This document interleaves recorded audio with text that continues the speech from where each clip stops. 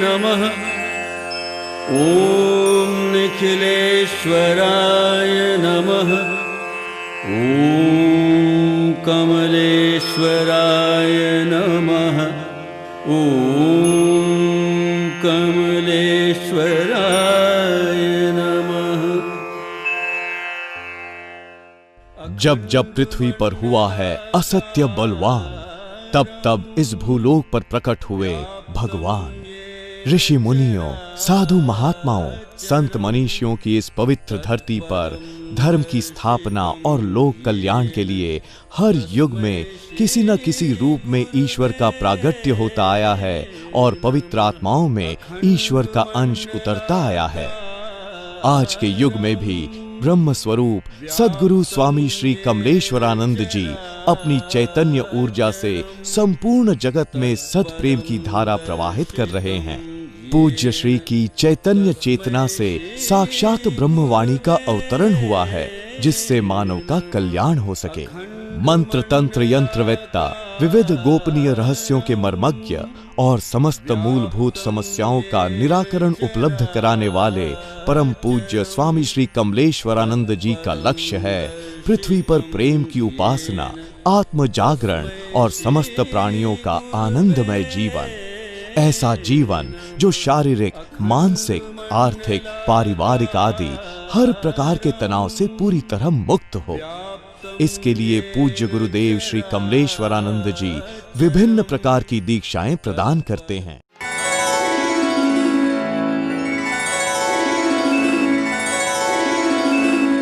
ध्यान मूलम गुरुमूर्ति, पूजा मूलम गुरुपदम, मंत्र मूलम गुरुर्वाक्यम, मोक्ष मूलम गुरु कृपा। गुरु का ध्यान ही हमारे लिए क्यों आवश्यक है? हमारे चित्त में हमारा गुरु, हमारा प्रभु, हमारा इष्ट ही क्यों होना चाहिए और क्यों नहीं रहता है? आवश्यक भी है और हमारे साथ है भी नहीं। हमारे चित्त में हमारा प्रभु नहीं, हमारा इष्ट नहीं, संसार है। ऐसा क्यों? क्या आप कभी विचार करते हैं?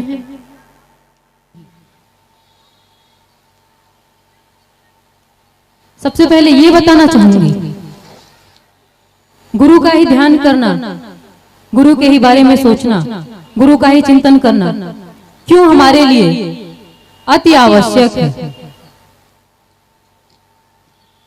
क्योंकि एक वही हमारा है, वही सत्य है, वही शाश्वत है, उसके सिवा कुछ है ही नहीं। इसलिए उसका ध्यान करना, उसको सोचना, उसको अपने चित्त में बिठाना, उस प्रभु की पूजा करना, अपने हृदय स्थल में उसी को स्थापित करना हमारे लिए अति आवश्यक है। अगर ये नहीं है तो हमारे जीवन में सौभाग्य नहीं है।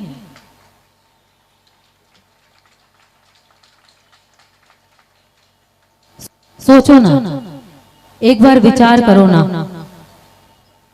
आपसे हमारी प्रार्थना है, सुबह उठते हैं, नहाते हैं, धोते हैं, पूजा कर लेते हैं, 5 मिनट देते हैं, लेकिन वो भी देना चाहिए जिस भाव के साथ, वो नहीं दे पाते हैं। क्योंकि संसार हमें हमेशा प्रेरित करता है, उत्तेजित करता है। करो, संसार को कभी छोड़ो नहीं, क्योंकि प्रभु का ही अंश है, उसी द्वारा बसाया हुआ है। वो इसे महकता हुआ देखना चाहता है। वो चाहता है कि आप सुगंधित हो, पुष्पित हो, पल्लवित हो। वो चाहता है, तो कर्म भी करना आपके लिए आवश्यक है, पर उसे छोड़ के नहीं, उसे अपने चित्त में बिठा करके, उसे अपने सांसों में, अपने प्राणों में उसका ध्यान करते हुए अगर हम किसी भी कार्य को करते हैं तो हमारा प्रभु का कार्य हो जाता है, संसार नहीं रह जाता और संसार ही निर्वाण हो जाता है। और मैं यही चाहती हूँ कि हम सभी के साथ हमारा संसार ही निर्वाण हो जाए। ये कब होगा? जब हमारा गुरु हमारे साथ होगा। आप गुरु को साधारण इंसान मत समझो, ये आपकी भूल है, हमारी भूल है अगर हम ऐसा सोचते हैं तो। और हम सोच लेते हैं, न चाहते हुए भी हम सोचते हैं, हमारे मन में विचार आता है कि गुरु तो हमारे ही जैसा बना हुआ है, तो ये गुरु है, हमारी मान्यता है गुरु की, मानते हैं हम, जानते नहीं। और मैं कहती हूँ मानो नहीं, जानो और जियो। जिस दिन जानना शुरू करोगे, जीना शुरू करोगे, उसी दिन जीवन का जो सत्य है वो आपको दिखने लगेगा और आप सत्य की ओर चल पड़ेंगे। और जीवन का लक्ष्य सत्य की ओर चलना है, प्रभु की ओर चलना है, रमण करना नहीं।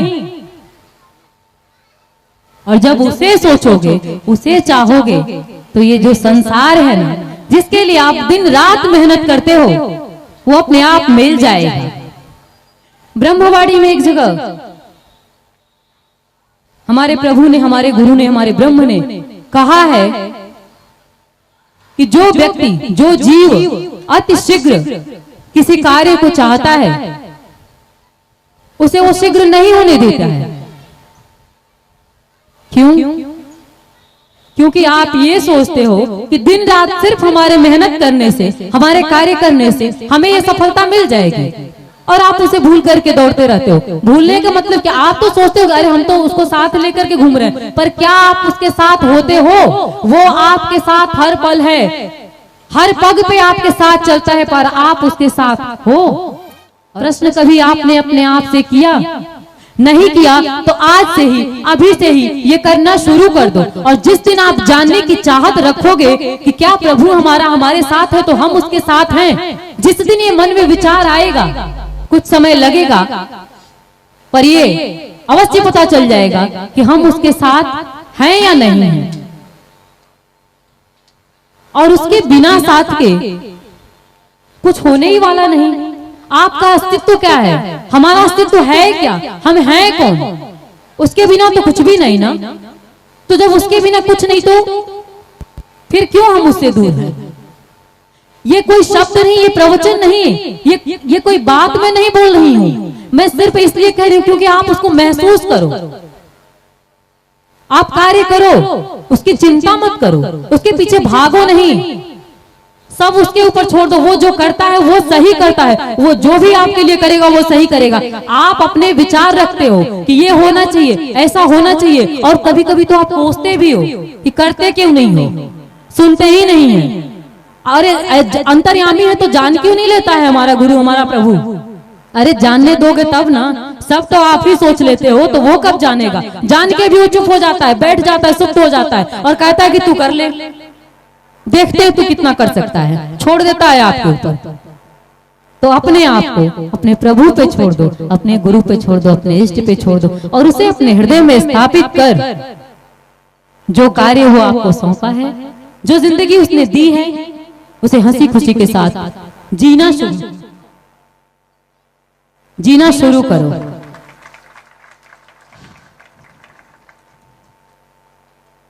जी नहीं पाते हैं ना हम लोग। मैंने उसे महसूस किया है, मैंने उसे जाना है। उस प्रभु की, हमारे प्रभु की कृपा हुई है हमारे ऊपर, हमारे गुरु की कृपा हुई है हमारे ऊपर, इसलिए उसे जाना है। मैं ये बात आपको क्यों बता रही हूँ? मुझे बताना जरूरी नहीं है, मैंने उसे महसूस किया, मैं आपको क्यों बताऊं? पर बता इसलिए रही हूँ क्योंकि मैं चाहती हूँ कि हमारे प्रभु को सब महसूस कर सके, उसे जी सके। वो परम आनंद है, आनंद नहीं। और आप आनंद के पीछे पड़े रहते हो, परम आनंद के पीछे लग जाओ। इसलिए आप सभी को मैं ये बता रही हूँ। ब्रह्मवाड़ी लिखते समय मैंने अपने गुरु को, अपने ही इस प्रभु के स्वरूप को, जो सगुण स्वरूप आपके सामने बैठा हुआ है, जिसे आप ब्रह्मवश, साधारण इंसान समझ लेते हैं, ब्रह्मवश, अज्ञानतावश, अगर आपके चित्त में आपका वो इष्ट, वो अविनाशी दिखेगा, जिसे आप नाम देते हो, ईश्वर, अल्लाह, नाम, वैसे तो उसका कोई नाम नहीं, कोई रूप नहीं, पर आप जो रूप बनाते हो वही उसका रूप होता है, वही उसका नाम होता है। कितना प्यारा है ना हमारा प्रभु, जिस रूप में हम चाह लेते हैं उसी रूप में हमारे सामने होता है। तो मैंने देखा है इस स्वरूप को। आप कहते हो मैंने सुना था, जाना नहीं था, पढ़ा था, देखा नहीं था, पर मैंने महसूस किया, प्रभु की कृपा हुई और मैंने महसूस किया और मैंने उस समय देखा कि यही स्वरूप बड़े गुरुजी के स्वरूप निखिल भगवान के रूप में बदलता है और वही प्रकाश होता है और वही एक आनंद हो जाता है। और उस आनंद को मैं आपको शब्दों में नहीं बता सकती हूँ, नहीं बता सकती हूँ। और वो शक्ति अपने आप को कहती है कि मैं ब्रह्म। शायद आप लोगों को मेरी बातों पे विश्वास ना हो, क्योंकि मेरे प्रश्न भी है उसमें, ब्रह्मवाणी में मेरे प्रश्न भी है। कलयुग है, यहाँ तो कोई कुछ सत्य मानता ही नहीं, तो कौन मानेगा आपके इस रहस्य को और मेरी इस मेहनत को। पूछा है मैंने, क्योंकि जैसे आप लोगों के मन में प्रश्न आता है, मेरे भी मन में आया था, पर अब नहीं आता है, क्योंकि आप जानो या ना जानो, पर उसने चाहा। मैं पूरा उसके सत्ता को, अपने प्रभु की सत्ता को कोई जान ही नहीं सकता है। वो जितना बताना चाहता है, जितना आपको चाहता है कि आप जान पाए, उतना ही जान सकते हैं। पर एक प्रार्थना कर रही हूं आप सभी से कि अभी समय बहुत है, पहचान लो। अगर पहचान सकते हो तो पहचान लो। जब भी मैं यही कहूंगी कि नाम, जिसे आप ईश्वर कहते हो, किसी भी जब सगुण रूप में वो आता है तो हम उसे उस समय काल में जब हमारे समक्ष होता है, हम मानने से इनकार कर देते हैं, क्योंकि वो हमारे जैसा दिखता है। और यही भ्रम, यही भूल हमें सत्य से बहुत दूर हमें रखता है, जिसके कारण हम एकाकार नहीं हो पाते हैं, हम मिल नहीं पाते हैं, पास रहते हुए भी हम उसे जान नहीं पाते हैं। पर अगर ये सौभाग्य हमें मिला है,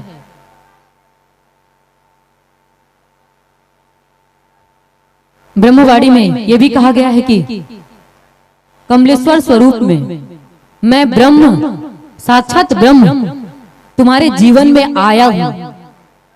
तो सिर्फ मेरे जीवन में नहीं, आप सभी का ये परम सौभाग्य है कि आपके जीवन में वो ब्रह्म सगुण स्वरूप में वो ये और वो कौन, सिर्फ समझाने के लिए मैं कह रही हूं वो, क्योंकि मैं कहूं कुछ भी आप लोगों को ऐसे समझ में नहीं आता है, इसलिए वो नाम देना पड़ रहा है। पर वो कोई नहीं, यही है वो यही, ये वही, दोनों में कहीं कुछ अंतर नहीं है। अगर आपकी दृष्टि है तो, आपकी दृष्टि अगर नहीं है तो आप नहीं, आप वही देखोगे।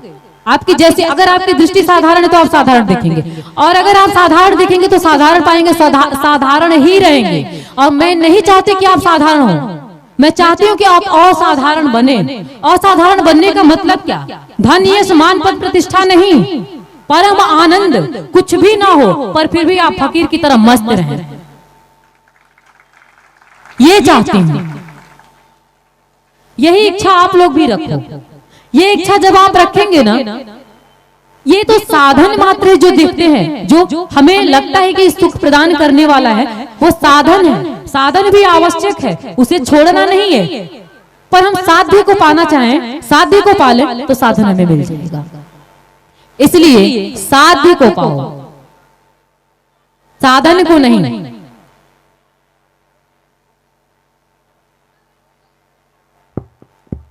मुझे पूरी उम्मीद है हमारी प्रार्थना,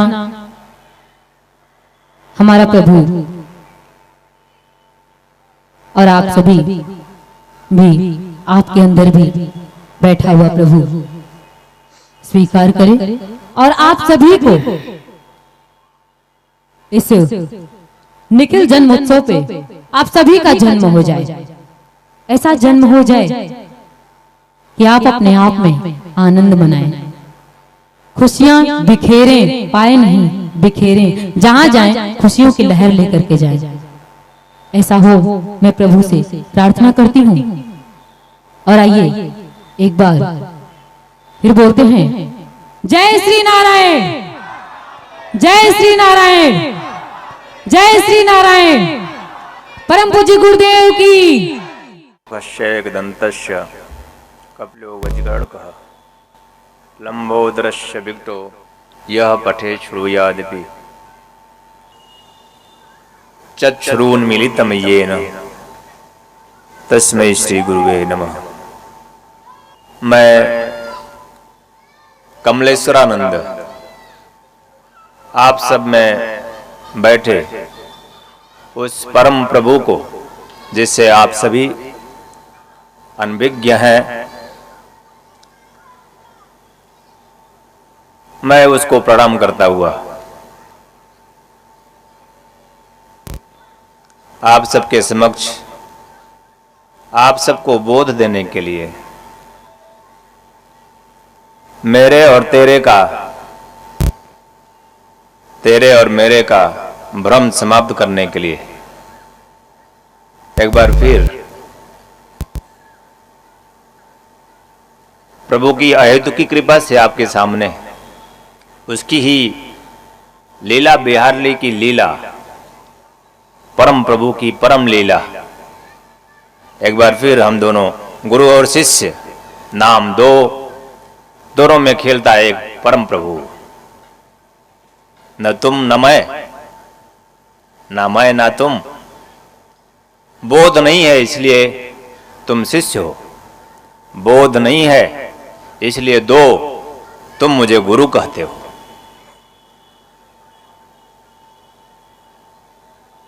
बोध हो जाता है, जीवन का अंधकार छट जाता है जब तो मुझ में जो है वो तुझ में दिखने लगता है।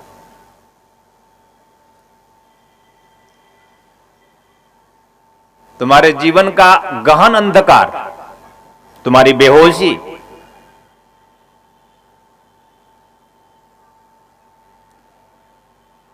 बिना किसी नशा के, जो तुम्हारा नशा है, जो नशा करते हैं उन्हें आप अच्छा नहीं मानते,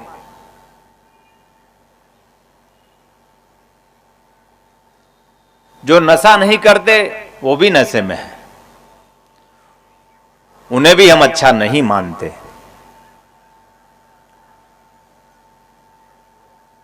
अच्छा इसलिए नहीं मानते कि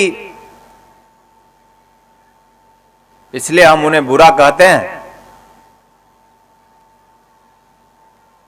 क्योंकि जीवन का जो प्रकाश है,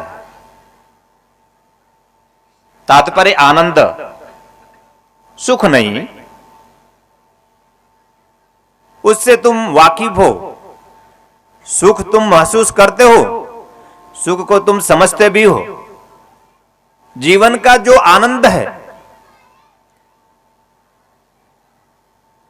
उससे तुम अछूते हो, तुम महसूस नहीं करते, इसलिए तुम्हारे जीवन में कुछ न कुछ दुख बना रहता है। क्यों? क्योंकि तुम केवल सुख के पिपासु हो, तुम सुख चाहते हो।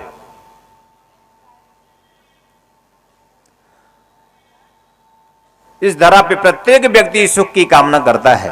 जैसे कपड़े, गीले कपड़े को निचोड़ो तो जल निकलता है, तुम अपने पूरे जीवन को निचोड़ो तो दुख के सिवा कुछ छलकता नहीं है। हाय हाय हाय, जिंदगी तुम्हारी पूरी हाय है। क्यों?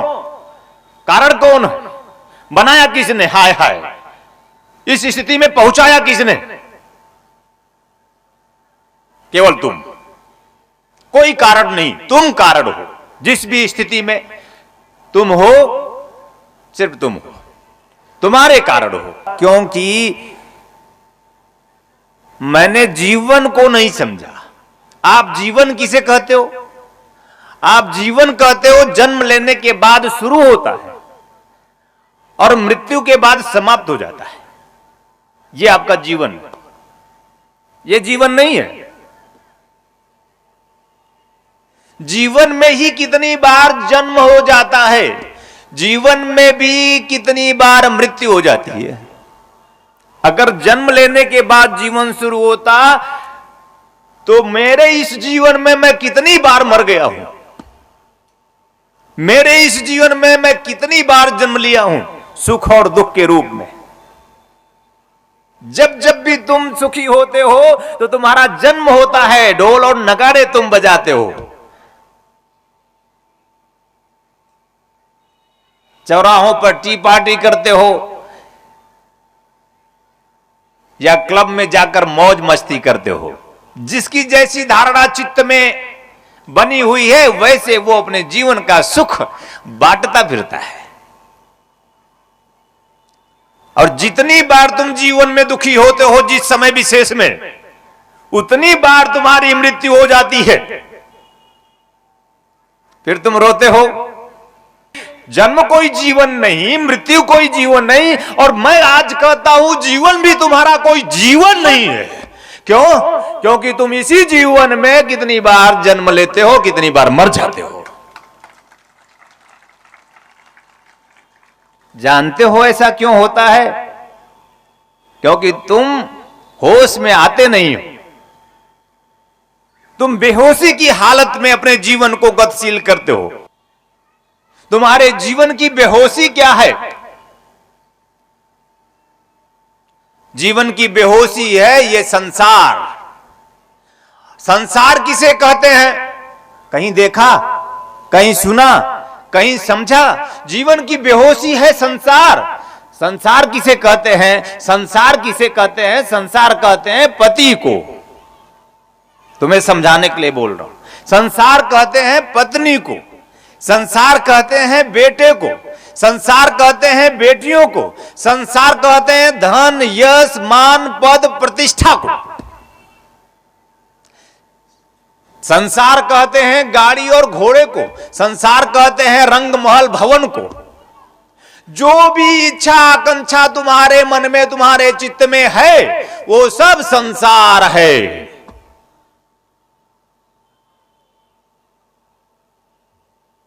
और कहां संसार है? दिखाओ तुम मुझे।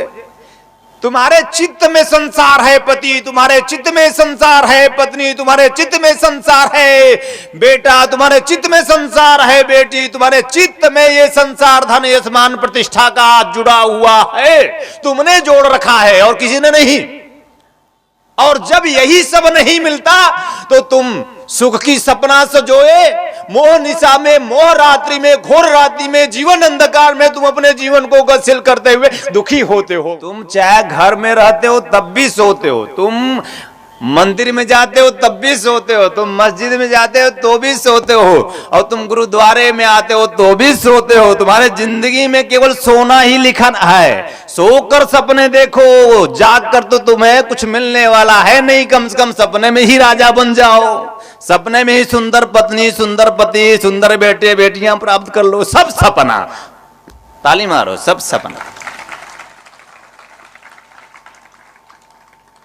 मोह निशा सब सोवनहारा, देखई स्वप्न अनेक प्रकारा।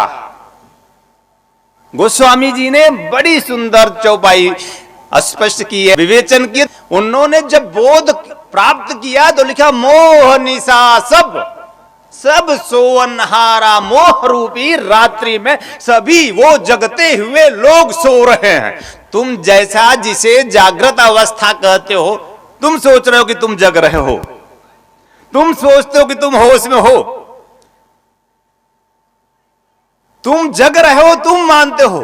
लेकिन अगर कोई सो रहा हो तो उसे क्या कहते हैं? गोस्वामी जी ने उसका तो नाम ही नहीं लिया कि गुरु दरबार में, मंदिर में, मस्जिद में, गुरुद्वारे में चीखते चिल्लाते हुए जीवंत जागृत गुरु के सानिध्य में अगर तुम्हें नींद आती है तो तुम्हारे जीवन का पाप है, तुम्हारे जीवन का आग है, तुम्हारे जीवन की मृत्यु सुनिश्चित है। होश में आओ, होश में। तुम जीवंत हूं मैं, जागृत हूं मैं, जगाने आया हूं मैं। जागोगे तो ठीक, नहीं जागो तो मृत्यु निश्चित। जातक से ही ध्रुव मृत्यु।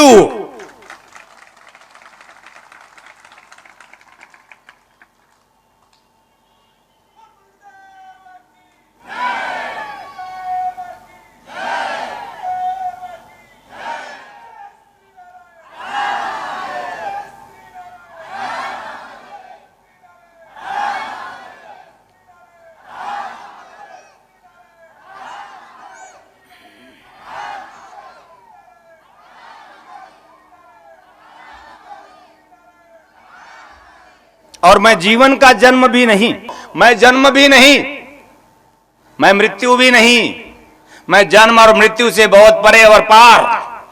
मैं तुम्हारा गुरु, जिसे गुरु कहा जाता है। तुम केवल नाम सुनते हो कि ये गुरु है, ये गुरु जिसे तुम देख सकते हो, समझ नहीं सकते। मैं कह रहा हूं कि मैं जन्म नहीं, जन्मदाता। मैं कह रहा हूं कि मैं मृत्यु नहीं, मृत्युदाता। मैं जन्म देता हूं, मैं मृत्यु देता हूं। जन्म इसलिए देता हूं कि जीवन को समझ, और अगर तू जीवन को समझेगा नहीं तो फिर मैं तुम्हें जन्म देने के लिए तुम्हें मृत्यु भी देता हूं। मृत्युदाता शिव के रूप में मैं तुम्हारा संहार करने मैं ही खुद मैं होता हूं। और मुझे फिर गुरु कहा जाता है, जो जन्म से परे, मृत्यु से परे, जो जीवन से पार और परे, जीवन से पार और परे है, और पार परे रहकर तुम्हें जीवन सिखाता है, जो बिल्कुल तुम्हारे समक्ष कभी नहीं हुआ, कभी होगा भी नहीं, कभी देखा नहीं, कभी सुना नहीं, कभी समझा नहीं। किसी ने नहीं देखा, किसी ने नहीं सुना, किसी ने नहीं समझा। सुनने से जिसे सुन नहीं सकते, देखने से तुम जिसे देख नहीं सकते, जानने से तुम जानने की कोशिश कर सकते हो, जान नहीं सकते, वो मैं गुरु।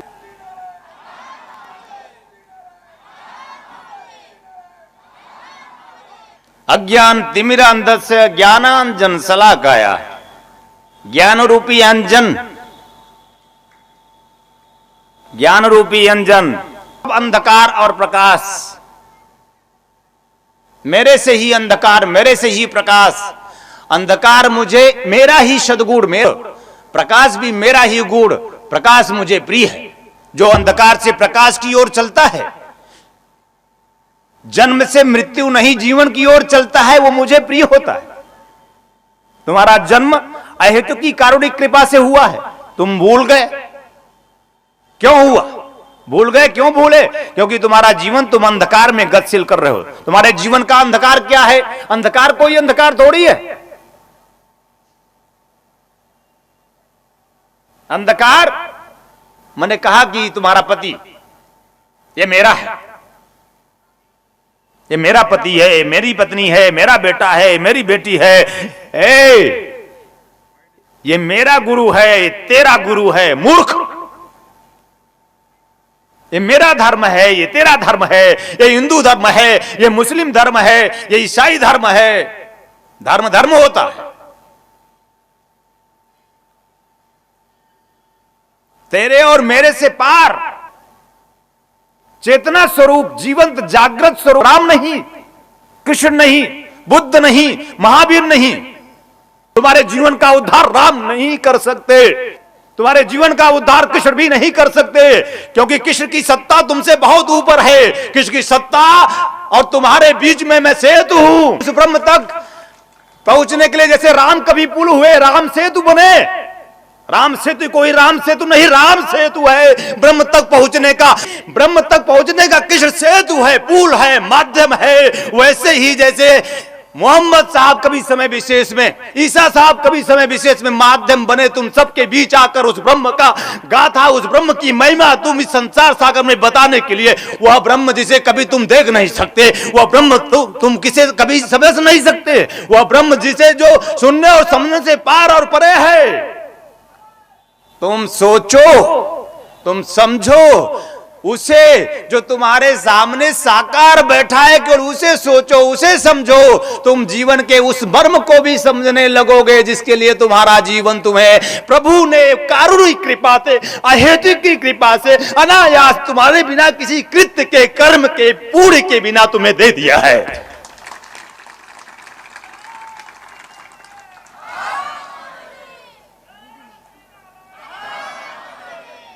जीवंत पूजन शुरू करो। जीवंत चैतन्य, जागृत, चलता फिरता, उठता बैठता, हंसता खेलता तुम्हें जीवन में तुम्हारा गुरु चाहिए। तुम्हारे जीवन का उद्धार तभी निश्चित होगा। गुरु मिलने के बाद भी अगर तुम्हारे मन में भेद है कि मेरा गुरु तो ये तेरा गुरु है। भेद, कभी भी गुरु दो नहीं हुआ। गुरु जब भी जन्म लेता है तो एकल, गुरु जब भी होता है तो एक होता है, और हमने उसे बांटा। आदत पड़ी है अंधकार में चलने के कारण। मेरा जीवन अंधकारमय है, मेरे जीवन की क्रियाएं अंधकारमय है, मेरे जीवन के प्रत्येक क्रियाकलाप अंधकार है, मेरे जीवन की हर सोच अंधकारमय है। अंधकार ये नहीं और प्रकाश भी ये नहीं।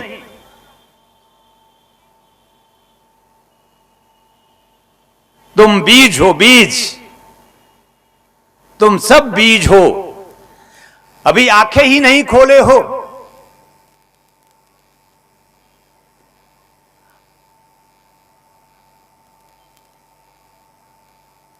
बीज जिसका कोई अस्तित्व नहीं है,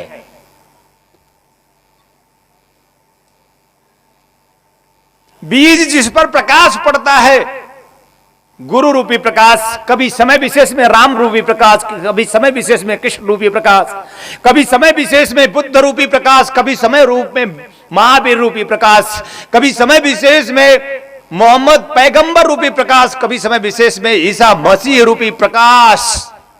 समय विशेष में ये प्रकाश अतीत हुए। तुम्हारे जीवन का अंधकार उनसे छट नहीं सकता, छटा नहीं हो, छटेगा भी नहीं। जो बीज है वो यश अपयश दोनों का भागीदार होता है। सूर्य का प्रकाश उस पर पड़ता है, बीज अंधकार में है, बीज को पता नहीं है कि प्रकाश भी है। एक बीज है, सूरज का प्रकाश पड़ता है, रोज सूर्योदय होता है, रोज उस बीज पर प्रकाश पड़ता है सूर्य का, लेकिन बीज उससे वंचित है। तुम्हारे जीवन में भी सूरज रोज प्रकाशित होता है, लेकिन तुम एक आवरण में, एक घेरे में बंद कर रखे हो अपने चैतन्य को, अपने चित्त का घेरा बनाकर ढाक दियो हो। सूरज का प्रकाश समय विशेष में गुरु का प्रकाश, गुरु सूर्य रूपी गुरु तुम्हारे जीवन में आता है, लेकिन तुम्हारे चित्त का जो आवरण है, जो बीज का आवरण, उसके अंदर छिपा वो अस्तित्व जो भी छलका नहीं, जो भी पनपा नहीं, जो भी महका नहीं, जो फूल बना नहीं, वो बीज क्यों? क्योंकि चित्त के आवरण से अपने आप को घेरे हुए है। चित्त का आवरण, तुम्हारे चित्त का आवरण तुम, और तुम्हारे अंदर तुम ही, तुम्हें पहचान नहीं पाते तुम, जिसके कारण जीवन के सुख और दुख, मान अपमान, जन्म मरण का चक्कर तुम करते ही आए हो, करते ही रहोगे। अगर तुम आज भी आंखें नहीं खोले इस समय विशेष में, फिर एक तुम्हारे जीवन का पूर्ण, फिर समझो वैसे ही जैसे तुम राम के समय विशेष में जब तुम थे, तुम्हारा उद्धार नहीं हुआ, वैसे ही जैसे कृष्ण के समय में तुम थे, तुम्हारा उद्धार नहीं हुआ। हजारों हजारों साल का इतिहास तुम दोहराते आए हो। क्यों? क्योंकि तुमने अपने चित्त को, अपने आप को तुम अपने चित्त के घेरे में, अपने दीवार में, अपने आवरण में, मन के आवरण में अपने आप को ढके रखा। बजाने का अर्थ होता है कि होश में आना। वही बजाता है, वही बजाता है, वही गाता है, वही नाचता है जो होश में आ जाता है। बजाने की जिज्ञासा, होश में आना है। यूं तो बजने और बजाने से मैं पार और परे हूं, लेकिन तुम्हारी यात्रा शुरू होती है वहां से। मुझ पार और परे तक की यात्रा करने की शुरुआत है कि तुम पहले आनंदित हो जाओ। तुम आनंदित होगे, तुम आनंदित नहीं हो। कोई हाथ उठे जो आनंदित होता है। आनंद आनंद है। आनंदित व्यक्ति कभी दुखी नहीं होता। और तुम अच्छी तरह जानते हो कि तुम दुखी होते हो कि नहीं होते हो। जो भी साधक शिष्य किसी भी गुरुओं के साथ दीक्षित हो, अगर वो सुखी और दुखी होता है, भेद करता है, मैं और मेरे में रहता है, तो वो शिष्य नहीं है।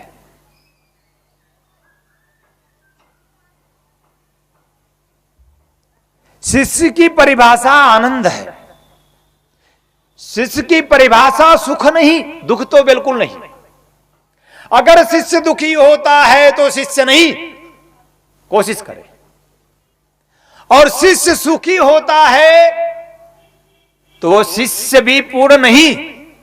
शिष्य अगर सुख की कामना करता है, शिष्य अगर सुख की कामना करता है तो वो भी शिष्य नहीं।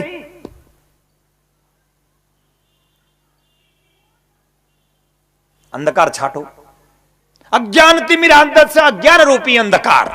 अंधकार अंधकार नहीं है और उसकी कोई भी परिभाषा हमारे सतशास्त्रों में नहीं है। अंधकार अंधकार है ना, अंधकार की छाती पर चढ़कर हम चल सकते हैं अगर गुरु हमारे संग हो। जीवन का अंधकार छाटो, अंधकार तुम्हारी अज्ञानता है। यही अज्ञानता है कि तुमने जीवन की सुख की मांग अपने चित्त में सजोया है। अगर तुम्हारे चित्त में सुख की कामना लिए हुए तुम गुरु के पास आते हो, जाते हो, आओगे और जाओगे तो तुम कभी सुखी नहीं हो पाओगे। जिन जिन लोगों ने सुख की कामना की सब दुखी हुए और तुम दुखी नहीं होना चाहते। कोई हाथ नहीं उठ सकता कि कोई दुखी होना चाहता है, लेकिन फिर भी वो दुखी होता है। तो क्यों? क्योंकि उसकी गति ही जीवन की सही दिशा में नहीं है, उसकी गति ही जीवन की गुरु दिशा में नहीं है। यद्यपि शिष्य भी हो तुम, यद्यपि गुरु भी है तुम्हारे साथ, तुम ऐसा मानते हो, लेकिन फिर भी तुम्हारे चित्त में दुख, तुम्हारे जीवन में दुख, 24 घंटे में तुम ज्यादातर समय दुखी होते हो। क्यों? क्योंकि जन्म का चक्कर है। क्यों? क्योंकि मृत्यु का चक्कर है। अरे शिष्य वो होता है जो जन्म से और मृत्यु से दोनों से परे होता है। शिष्य वो होता है जिसका कभी जन्म नहीं होता। शिष्य होता है सदा, सदियों से शिष्य है, सदियों रहेगा, शिष्य ही रहता है। यही गुरु की भी परिभाषा है। गुरु का कोई जन्म नहीं होता, गुरु होता है। गुरु का न जन्म न मृत्यु होती है। शिष्य सदा है, गुरु सदा है। जो शिष्य होता है उसके संग सदा गुरु हो जाता है। और ऐसा ही शिष्य आगे चलकर राम के रूप में, कृष्ण के रूप में, बुद्ध के रूप में, महावीर के रूप में गुरु बनता है। ऐसा शिष्य ही आनंद का अधिकारी होता है। जीवन के सार को, संसार को नहीं, सार को समझोगे तो संसार भी मिलेगा।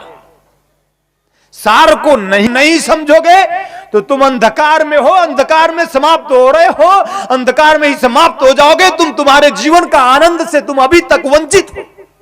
और मैं तुम्हारा गुरु, तुम्हारा गुरु मतलब तुम्हारा गुरु। किसका गुरु? जो सुनता है उसका गुरु, जो समझता है उसका गुरु, जो समझकर जीता है उसका गुरु, केवल उसी का। जो पूरी तरह से अपने हृदय के पट को खोलकर गुरु को आत्मसात करके अपने हृदय में, अपने रोम रोम में, गुहा भाग में स्थापित कर लेता है, सिर्फ उसका गुरु। मैं नाम का गुरु नहीं,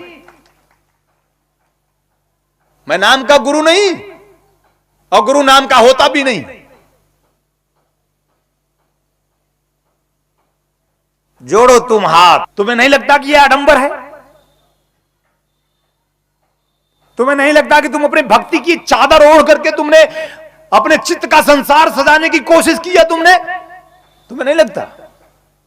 भक्ति का चादर, धर्म का चादर, संप्रदाय का चादर, हिंदू का चादर, मुस्लिम का चादर, ईसाई का चादर ओढ़कर तुम कहीं ऐसा नहीं बता रहे हो कि तुम अपने चित्त के संसार को तुम उस शक्ति के बल पर सजाना नहीं चाहते, कि तुम इस संसार सागर को बांट करके अपने अहंकार का पोषण नहीं करना चाहते। और कोई जीवंत गुरु होगा तभी तुम्हें बोल पाएगा, और मैं जीवंत गुरु हूं। तुम ज्ञान की बातें करते हुए आदर्श प्रस्तुत कर रहे हो।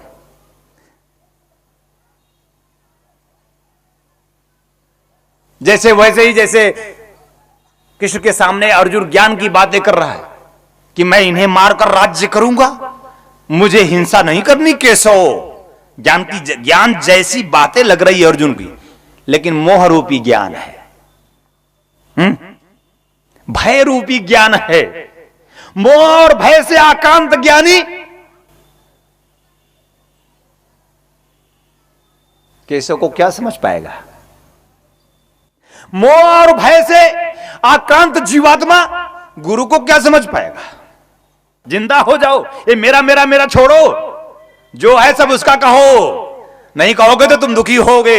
जो है सब उसका मानो, नहीं मानोगे तो दुखी होगे। जो है सब उसका जानो, नहीं जानोगे तो तुम दुखी होगे। अगर तुमने उसका माना, उसका जाना, उसका समझा, उसका बेटा, तो मर भी गया तो उसका मरा, तुम्हारा क्या रोना, मर गया। यूं तो ज्ञान ये कहता है, धर्म ये कहता है, शास्त्र कहता है, उपनिषदों का निचोड़ धर्मगुरु ये कहता है कि कोई कभी नहीं मरता है, उसकी मृत्यु ही नहीं होती, कभी हुई ही नहीं।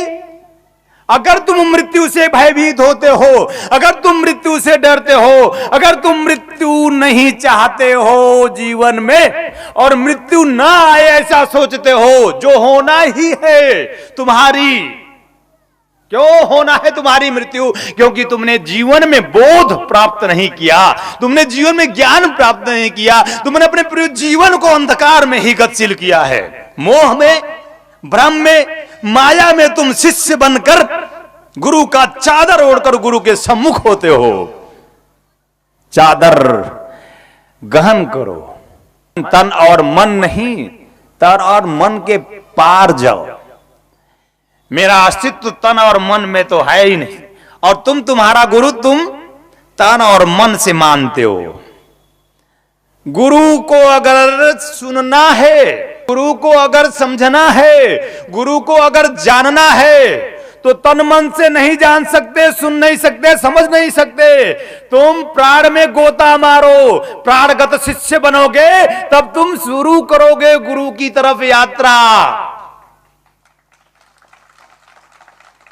तन का भेद मिटाओ, मन का भेद मिटाओ, पूरी तरह से अपने जीवन में तुम गुरु की ओर तन से, मन से, प्राण से गतिशील हो जाओ। जब तुम अपने जीवन में एक ही दिशा में तन के साथ, मन के साथ, प्राण के साथ पूरी तरह से अपने जीवन की दिशा गुरु की दिशा करोगे, तो तुम्हारे जीवन में तुम उसी क्षण तरने लगोगे, तर ही जाओगे, प्रारंभ हो जाएगा।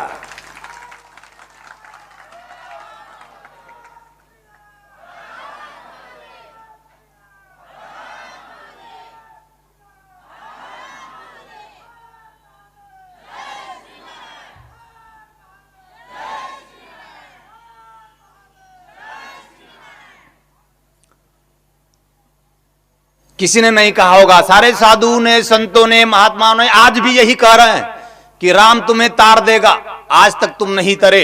कृष्ण तुम्हें तार देगा, आज तक तुम नहीं तरे। बुद्ध तुम्हें तार देगा, आज तक तुम नहीं तरे। हे, राम के समय में रहते हुए, राम के समय में खुद कितने लोग बिना तरे रह गए। तो अब तो राम ही नहीं है, तुम कैसे तरोगे? अब तो कृष्ण ही नहीं है, कृष्ण के समय में खुद कई लाख लोग कृष्ण के विपरीत रूप में, कृष्ण के विरोध में खड़े हैं। तुम खुद राम हो, राम कोई तन नहीं, राम कोई मन नहीं, राम कोई प्राण भी नहीं, राम तो आत्मा परमात्मा है, जो तुम समेटे हुए अपने अंदर बैठे हुए हो। छोड़ माया, मन का छोड़ माया, मीत को भजरे सावर, मीत तेरा प्राण रे, मीत तेरा आत्मा रे, मीत तेरा परमात्मा रे। तूने जिसे मीत माना है, वो तेरा मीत खत्म होने वाला है। तेरा मीत तेरा संबंध है, तेरा मीत संसार है, तेरा मीत सार होगा। तुम्हारे जीवन का मीत जब तक सार नहीं होगा, तब तक तू आनंदित नहीं होगा। तू जाग रे सावरे, तू होश में रे सावरे, आजा। मैं तुम्हारा गुरु, तुम्हारे अंदर ही बैठा तुम्हें पुकार रहा हूं, प्राण के रूप में चित्कार कर रहा हूं, आओ तुम सब मेरे गले से लगकर अपने अंदर भींच लो, जागृत कर लो तुम सब अपने आप को, तुम होश में आओ। राम भी तुम्ही, कृष्ण भी तुम्ही, बुद्ध भी तुम्ही, सारी सत्ता तुम्ही में तुम समेटे हुए जागो, होश में आओ। कब आओगे? कितनी बार तुम आए हो, आकर चले गए हो, तुम्हारा आना कब सार्थक होगा? कब आओगे तुम? गुरुद्वार पर तुम कब आओगे? अपने तन से मन से परे तुम कब सोचोगे? संसार संसाधनों के बीच में तुम कब तक अपने में झूठे गोता मारते रहोगे? कब छोड़ोगे तुम अपने चित्त की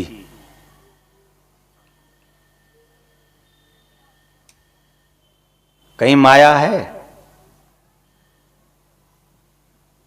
कहीं माया नहीं, चित्त ही तुम्हारी तुमने माया बना रखी है चित्त में। कितनी बार कितने बुद्धों ने तुम्हें घोष किया कि कुछ भी नहीं है, माया बस भ्रम बस तुम्हें लगता है कि है। सब भास रहा है, सब प्रतीक है, और प्रतीकों में ही तुम सब प्रतीकों में ही अपनी पूरी जिंदगी।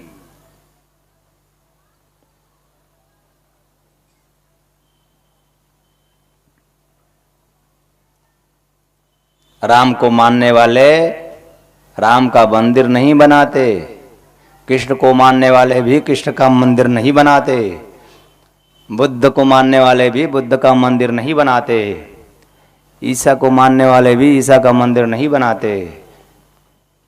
जिन जिन लोगों ने मंदिर बनाया और उनकी पूजा अर्चना शुरू की, उन लोगों ने न राम को जाना, न बुद्ध, न ईसा को। समझे? बिना मौसम के बरसात होता है तुम्हारी जिंदगी में, बसंत आता है तुम्हारी जिंदगी में। क्यों? जब भी संसार सागर में जीवंत गुरु आता है, जागृत गुरु आता है, चैतन्य गुरु चलता फिरता उड़ता बैठता है, तो पूरी प्रकृति उसके साथ उड़ती बैठती चलती फिरती है। इसलिए मैं प्रकृति के साथ तुम सबको, क्योंकि तुम सब प्रकृतिमय हो, तुम्हारे अंदर बैठे हुए उस प्रभु को आने के बाद प्रणाम करते हुए तुम्हारे समक्ष मैं तुम्हारे जीवन के अंधकार को छाटने के लिए स्कंद पुराण से उद्धृत श्लोक अज्ञानतिमिरान्धस्य ज्ञानांजन शलाकया, भगवान सदाशिव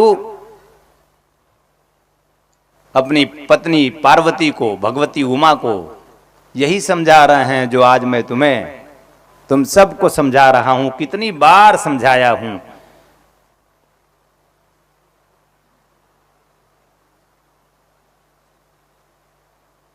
कुछ ऐसी बरसात तुम्हारी जिंदगी में हो,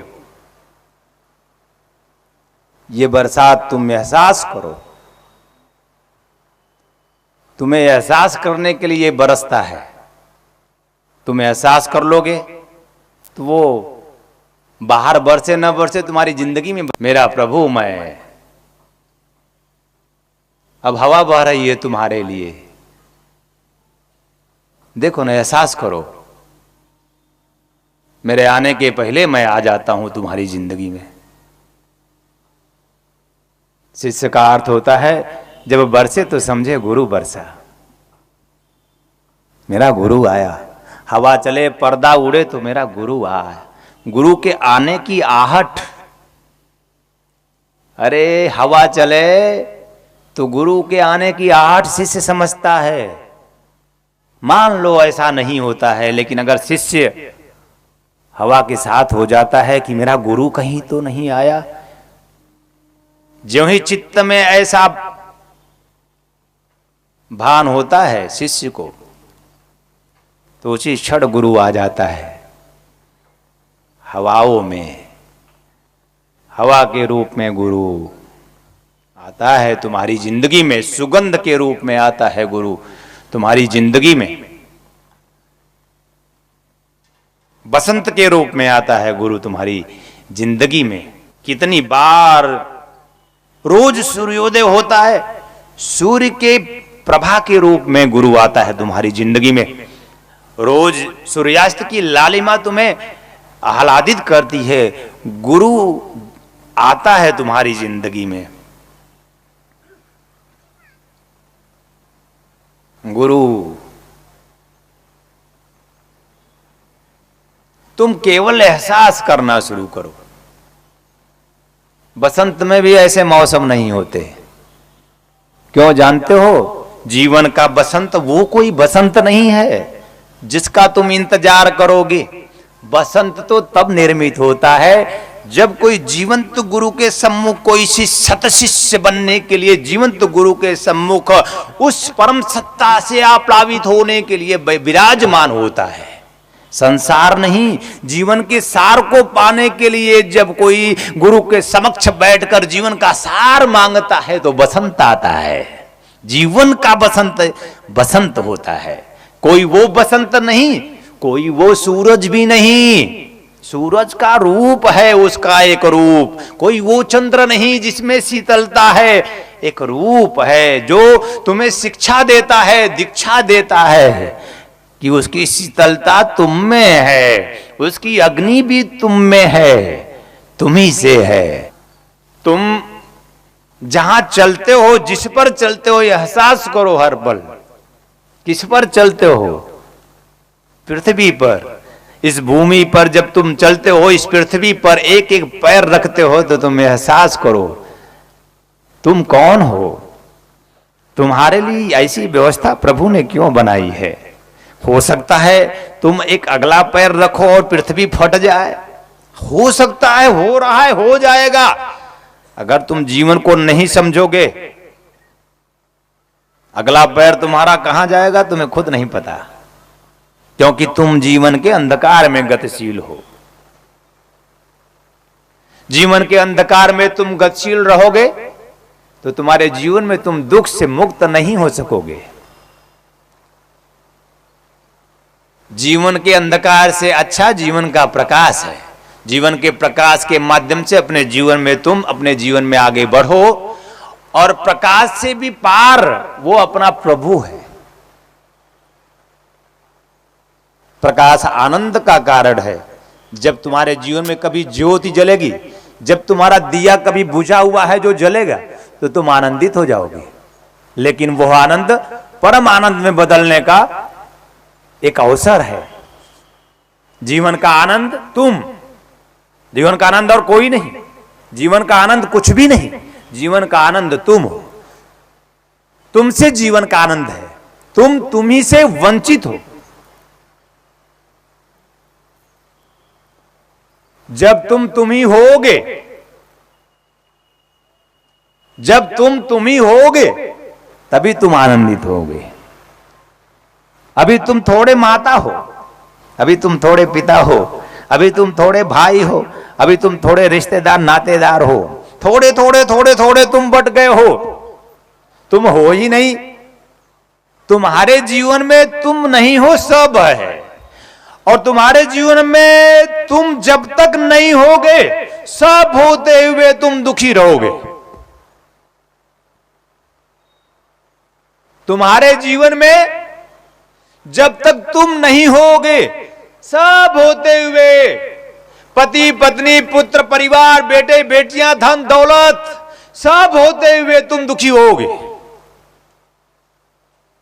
तुम्हारे जीवन में तुम कब होगे? जब तुम किसी गुरु, जागृत गुरु का संग करोगे। जागृत गुरु के संग तुम्हारा जीवन तुम चलाओगे, तब तुम्हारे जीवन में तुम खुद प्रकट करोगे खुद को।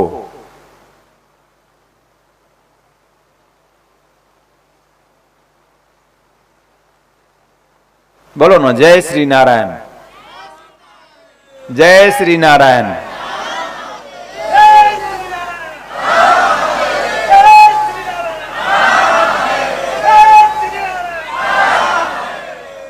संसार की परिभाषा प्रारंभ नहीं है। धन कितना भी मिल जाए प्रारंभ नहीं होता, पर अंत निश्चित है। कितना भी धन मिल जाए,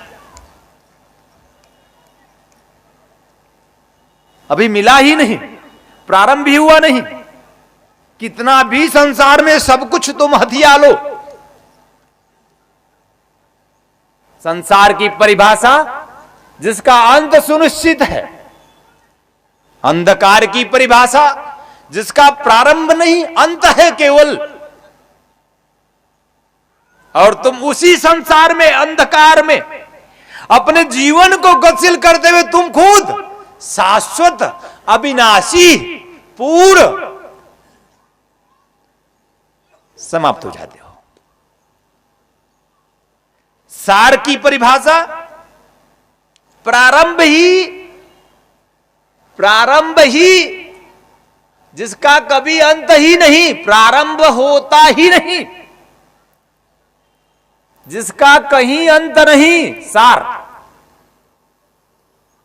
जिसका कभी अंत नहीं, सार। संसार और सार में अंतर, जिसका कहीं अंत नहीं, प्रकाश। जीवन जिसका कहीं अंत नहीं, जीवन।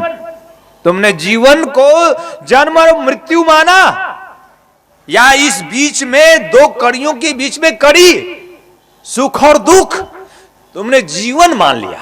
छी, जीवन की परिभाषा इससे नहीं है। जीवन की परिभाषा शाश्वत से है, जीवन की परिभाषा सनातन से है, जीवन की परिभाषा प्रकाश से है। दिव्य प्रकाश आलोकित करता है जो तुम्हारी पूरी जिंदगी को ऐसे प्रकाश आनंद परमानंद से है जो तुम्हें कभी कोई किसी समय विशेष में दुखी नहीं कर सके, चिंतित नहीं कर सके, परेशान नहीं कर सके, और किसी समय विशेष में तुम्हारी कभी कोई मृत्यु नहीं दे सके।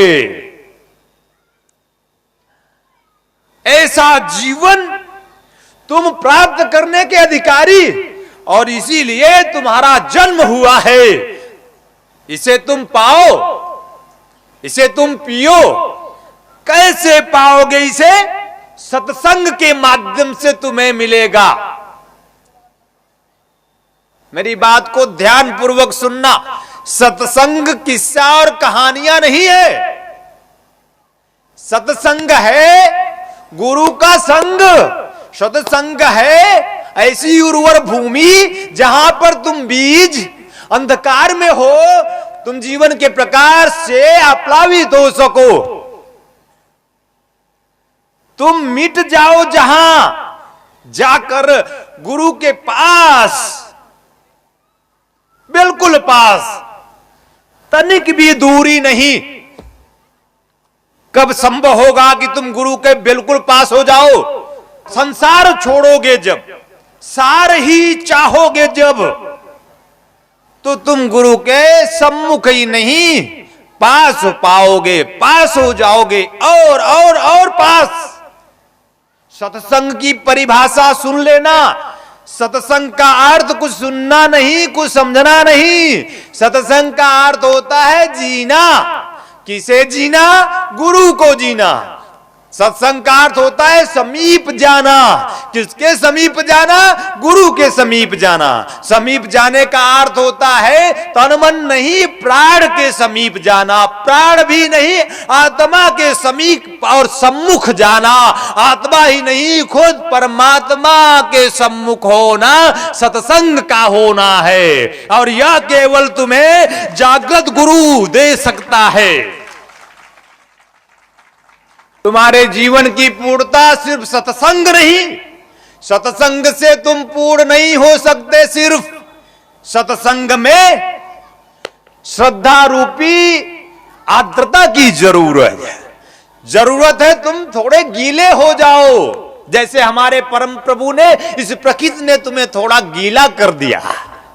ऐसे तुम जैसे बाहर से गीले हुए, ऐसे तुम श्रद्धा रूपी आर्द्रता अपने अंदर लाओ। हृदय में श्रद्धा का जन्म तुम्हारे हृदय में होगा, तभी तुम सत्संग को पूरा कर पाओगे, तभी तुम अपने प्राण आत्म गुरु के सम्मुख हो पाओगे। खुशी खुशी में वो तुम्हें वो खुशी दे दे जो राम को, जो रहीम को मिला, जो कृष्ण को, क्राइस्ट को मिला, जो बुद्ध, महावीर, ईश्वर, अल्लाह, पैगंबर को मिला, वो सब कुछ तुम्हें दे दे। ऐसी संपदा जो देता है वो गुरु होता है, निखिल धारा में शिष्य होता है।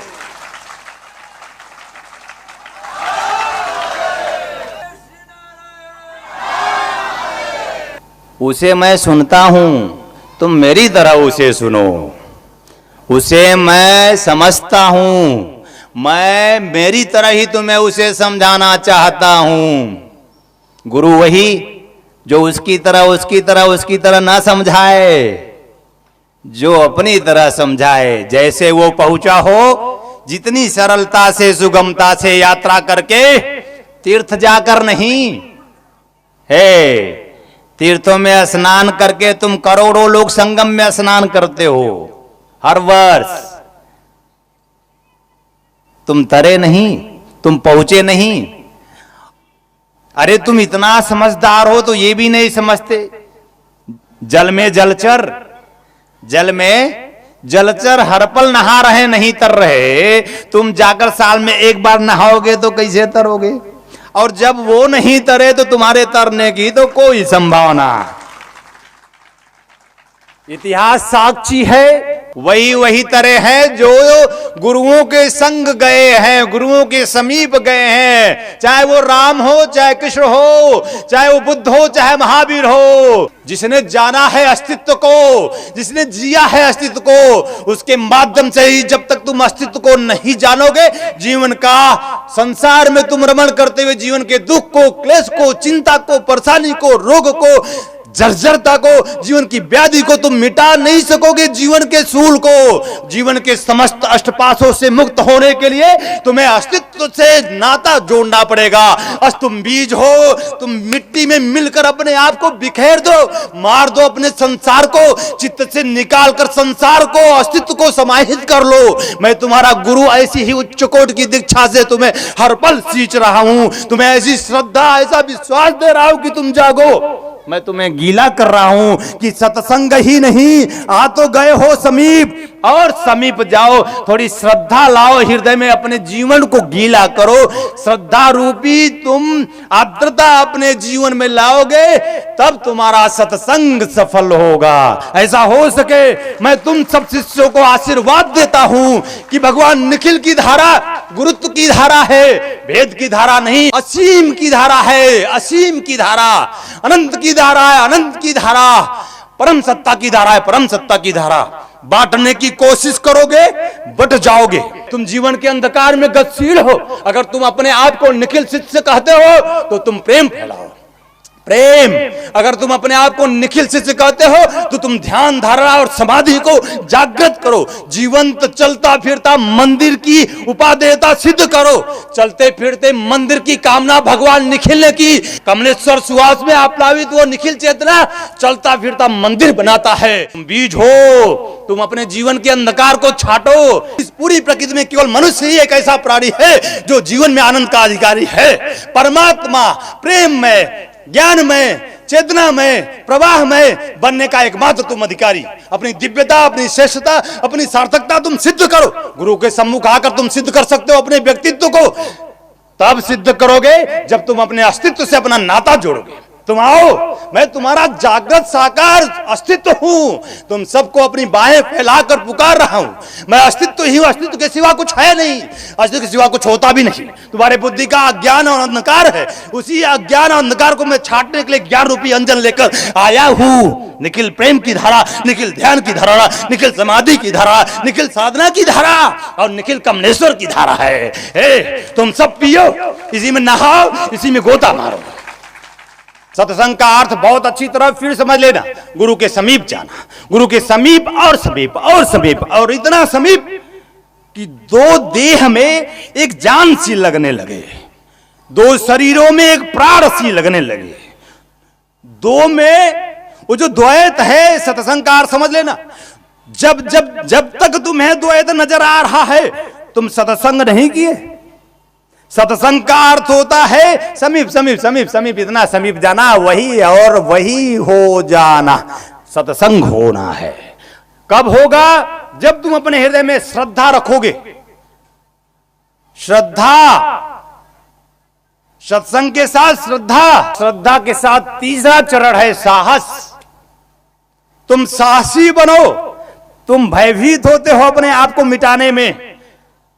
तुम्हारा ज्ञान तुम्ही से सदियों से वंचित रखा है। तुम्हें तुम्हारे ज्ञान ने, है तो वो संसार सार की वंचना ने तुम्हें तुमसे ही दूर रखकर दुखी रखा है। हे, तुम जागो और होश में आओ। मैं हूं साक्षी। गुरु के पास जब भी कोई शिष्य जीवन का सार पाने के लिए जाता है, तभी वह शिष्य जीवन के संसार को भी और सार को भी पा लेता है। वैसे ही जैसे राम ने संसार को भी पाया और सार को भी।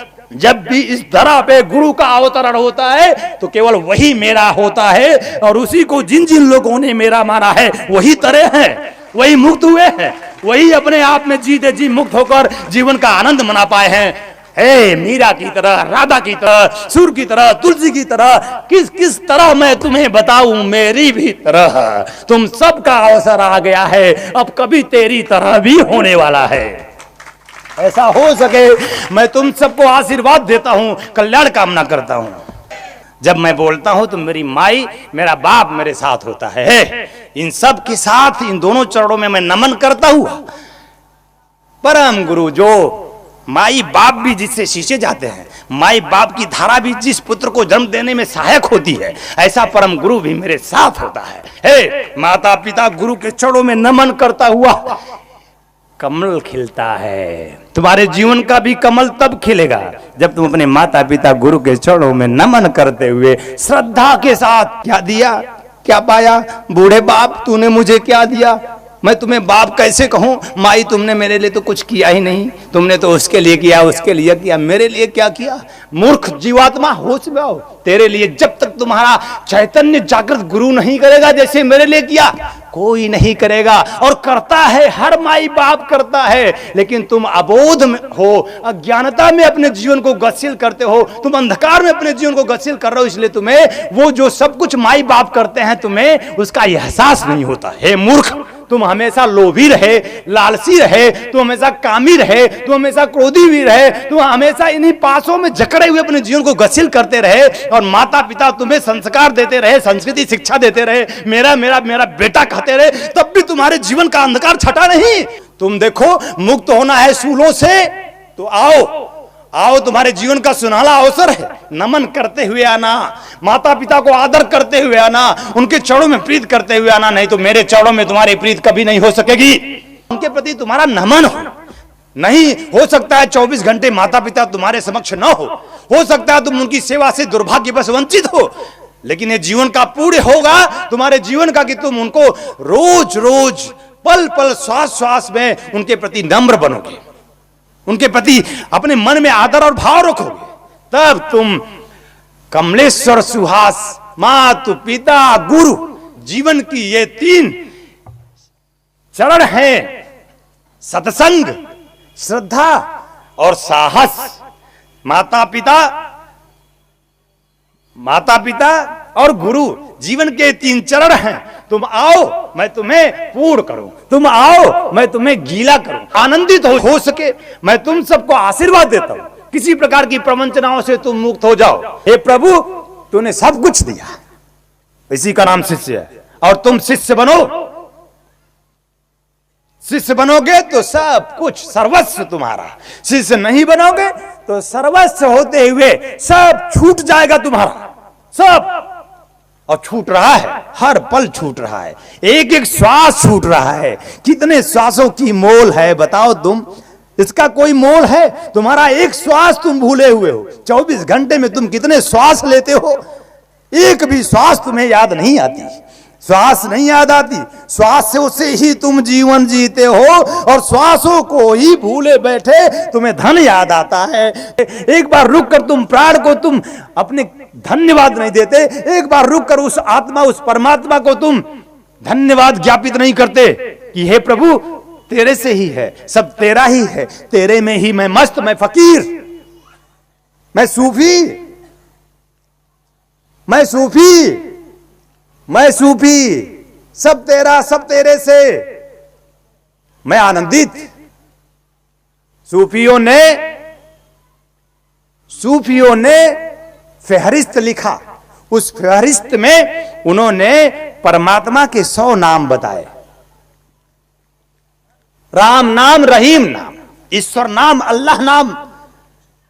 पर फहरिस्त उठाकर जब देखोगे तो उसमें सूफियों ने केवल 99 नाम लिखे। बोध करना कि मैं कौन। ये 99 नाम अब 100वां नाम है ही नहीं, और जीवन की पूर्णता उस 100वें नाम में। राम है, रहीम है, ईश्वर है, अल्लाह है, ईसा है, मूसा है। सुनो, मेरी बात को ध्यान से सुनो। ईश्वर है, अल्लाह है, राम है, रहीम है, ईसा है, मूसा है, पर उसमें केवल 99 नाम है। ये 99 में ही तुम सब लटके हुए। तुमने उस नाम की खोज नहीं की जिसका कोई नाम नहीं। 100वां नाम बिना नाम के नाम है। 100वां नाम किसी ने नहीं लिखा, कोई लिख ही नहीं सकता। उसी 100वें नाम में वो सूफी बन गया। नाम होते हुए भी नाम से परे तुम राम को ही राम मान लेते हो, तुम कृष्ण को ही कृष्ण मान लेते हो, जकड़ जाते हो। जब जब भी जगाने आए ये सब आए, वो ब्रह्म एक ही, वो गुरु एक ही इन नामों में आया। राम में, कृष्ण में, वो गुरु जब जब आया समय समय पर, तब तुम सामाजिक, नैतिक, आदर्शवादी लोग इन्हें बड़े सताए। राम को कितनी पीड़ाएं तुम उनके समय में तुमने खुद दिया। समाज के तुम उस समय भी विशेषज्ञ थे। कृष्ण को कितनी बार जीवन में युद्ध लड़ना पड़ा। इनको कहां आराम? अरे राम को खुद आराम नहीं तुमने दिया, और मूर्ख जीवात्मा आज तुम राम के नाम पर आराम मांगने उनके मंदिर में जाते हो। राम खुद आराम में नहीं, वो कैसे तुम्हें आराम दे सकते हैं? राम से आराम तुम्हें नहीं मिल सकता तब तक जब तुम सार्थक जीवन को गतिशील नहीं होगे, जीवन की सार्थकता सिद्ध नहीं करोगे। राम अस्तित्व है, राम कोई राम नहीं, राम में जो है वो अस्तित्व है। अरे कमलेश्वरानंद कोई कमलेश्वरानंद नहीं, कमलेश्वरानंद में जो है, मैं तो मौन में हूं। मैं तो तुम्हें इसलिए चित्कार करके, चीख करके बुला रहा हूं कि क्योंकि तुम मौन की भाषा, मौन की वाणी सुनते ही नहीं, समझते ही नहीं। इसलिए मैं कमलेश्वरानंद में भी कमलेश्वरानंद नहीं हूं। जैसे राम में राम नहीं, कृष्ण में कृष्ण नहीं, ईसा में ईसा नहीं, मोहम्मद में मोहम्मद नहीं। मैं ही सब में था। आज मैं फिर आया हूं। तुम सबका उद्धार करने चाहोगे तो हो जाएगा, तुम नहीं चाहोगे तो तुम्हारा उद्धार कोई नहीं कर सकता, कोई करेगा भी नहीं।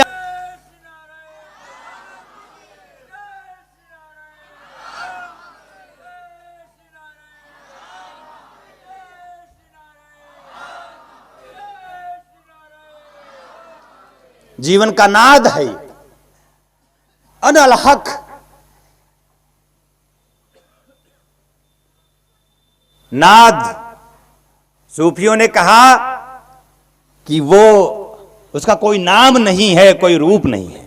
हां, इन नामों से हम उसकी खबर पाते हैं। इन नामों से हम उसकी खबर पाते हैं। ऐसे समझ लो, राम से उसकी खबर मिली इस धरा को, पूरे विश्व को। त्याग और शील के रूप में राम से खबर मिली। त्याग और शील उस परम सत्ता का गुण है, परम सत्ता नहीं। राम के रूप में, त्याग और शील के रूप में संसार में ज्ञान दिया, कृष्ण के रूप में प्रेम दिया। प्रेम परमात्मा का, उस परम सत्ता का गुण है, गुण, परम सत्ता नहीं।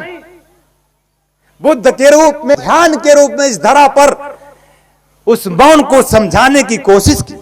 महावीर के रूप में फिर आया त्याग के रूप में। त्याग की परिभाषा महावीर। ईसा ने प्रेम दिया, जिन्होंने कहा प्रेम सद्गुण है मेरा, उनको ही सूली पर टांग दिया उन्हीं लोगों ने। ध्यान से सुनना, प्रेम यानी जब जब भी जगाने आए ये बुद्धत्व को उपलब्ध हुए, जब जब भी जगाने आए तो तुम्हारी नींद तोड़ने लगे तो तुम्हें बुरा लगा, और तुम्हें बुरा लगा तो तुमने इनको सताया। ईसा को सूली पे टांग दिया, बुद्ध पर पत्थर फेंके, उन पागल हाथी छोड़ दिए, तुमने किया। राम को तुमने विवश किया, वन गमन हुआ, विवश किया। तुम मत कहोगी माया थी, सब ईश्वर की लीला थी। कृष्ण को तुमने विवश किया युद्ध करने पर। कृष्ण तो शांति, राम तो शांति, बुद्ध तो शांति, इस्लाम तो शांति, सारे धर्म शांति प्रेम के पर्याय है। इस्लाम शांति का प्रतीक है, हिंदू धर्म ब्रह्म साक्षात ब्रह्म का प्रतीक है, घोष करता है अहम ब्रह्मास्मि द्वितीयो नास्ति। हिंदू धर्म परम धर्म, हिंदू धर्म मतलब घोष, जियोहम सियोहम। ये तू सामान्य नहीं है, सामान्य समझ बैठा है, तू घोष कर तत्वमसी कि वह जो है वो तू है, ये जो है वो है, वो जो है वो ये है, जो इसमें है वो उसमें है, इस घट में जो है उसी घट में है, उस घट में जो है इस घट में है। तुम अपने अहंकार रूपी घट को तोड़ो। तत्व चिंतक मंत्र तंत्र यंत्रविद पूज्य गुरुदेव स्वामी श्री कमलेश्वरानंद जी द्वारा रचित मानव उपयोगी विभिन्न विषयों पर साधनात्मक रहस्यों से परिपूर्ण पुस्तकें श्री गुरु रहस्यम, साधना विधान रहस्यम, गुरु पादुका विधान रहस्यम, यज्ञ विधान रहस्यम, षोडश संस्कार दीक्षा रहस्यम तथा पूज्य गुरुदेव के दिव्य प्रवचनों भजनों की सीडी बीसीडी डीवीडी प्राप्त करने और भारतीय संस्कृति की धरोहर ज्योतिष मंत्र तंत्र यंत्र जैसी गोपनीय रहस्यों से भरपूर जीवन की समस्त समस्याओं का समाधान कराने वाली आध्यात्मिक पत्रिका निखिल सत्य दर्शन की सदस्यता के लिए संपर्क करें। पूज्य गुरुदेव स्वामी कमलेश्वरानंद जी का संकल्प है एक ऐसे समाज का निर्माण करना जिसमें हम सभी स्वावलंबी हो, आत्मनिर्भर हो। ध्यान योग जन जागृति सेवा संस्थान द्वारा संचालित ब्रह्मानंद बाल विकास केंद्र में उपेक्षित, निराश्रित, अनाथ और दलित वर्ग के बच्चों को बचपन से ही शिक्षा दीक्षा प्रदान कर उनका सर्वांगीण विकास किया जाएगा। ब्रह्मानंद बाल विकास केंद्र के माध्यम से हमें अवसर मिला है इन बच्चों के लिए कुछ करने का। तो आइए हम सभी पूज्य गुरुदेव स्वामी कमलेश्वरानंद जी के संकल्प को पूरा करने में सहयोग करें और शिक्षा दीक्षा और मानव कल्याण के इस महायज्ञ में अपना भरपूर योगदान करें। आप अपना योगदान भूमि अथवा धन किसी भी रूप में दे सकते हैं। योगदान के रूप में आपका दान बैंक ऑफ इंडिया के किसी भी शाखा में ओम निखिलम ओंकार निखिलम गुरु निखिलम गुरुद्वार निखिलम। ओम निखिलम ओंकार निखिलम गुरु निखिलम गुरुद्वार निखिलम।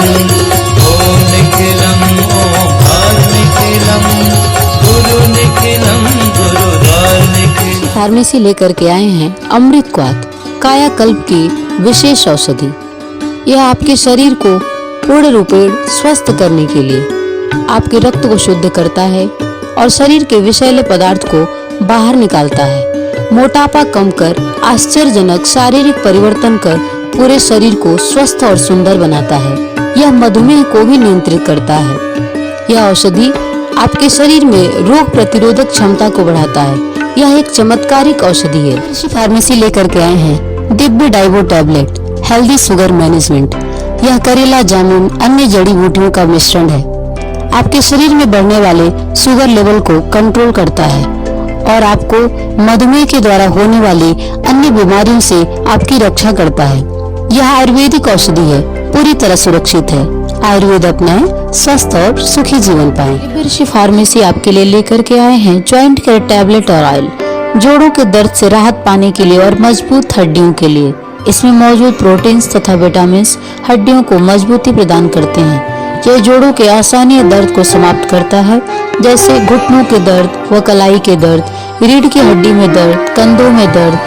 यदि आपको स्लिप डिस्क या सर्वाइकल है तो इन सभी परेशानियों से छुटकारा पाने के लिए आज ही मंगाएं ज्वाइंट केयर टैबलेट। और फार्मेसी आपके लिए लेकर के आए हैं रत्नम ज्योति, आंखों की संपूर्ण देखभाल के लिए। शहद के साथ नित्य लेने से नेत्र ज्योति बढ़ जाती है। आंखों का चश्मा उतर जाता है। यह आयुर्वेदिक औषधि है, इसका कोई साइड इफेक्ट नहीं। इस औषधि को मंगाने के लिए आप हमारे इन नंबरों पर संपर्क कर सकते हैं। हमारा नंबर है 8108666991, 8108666992, 8108666993।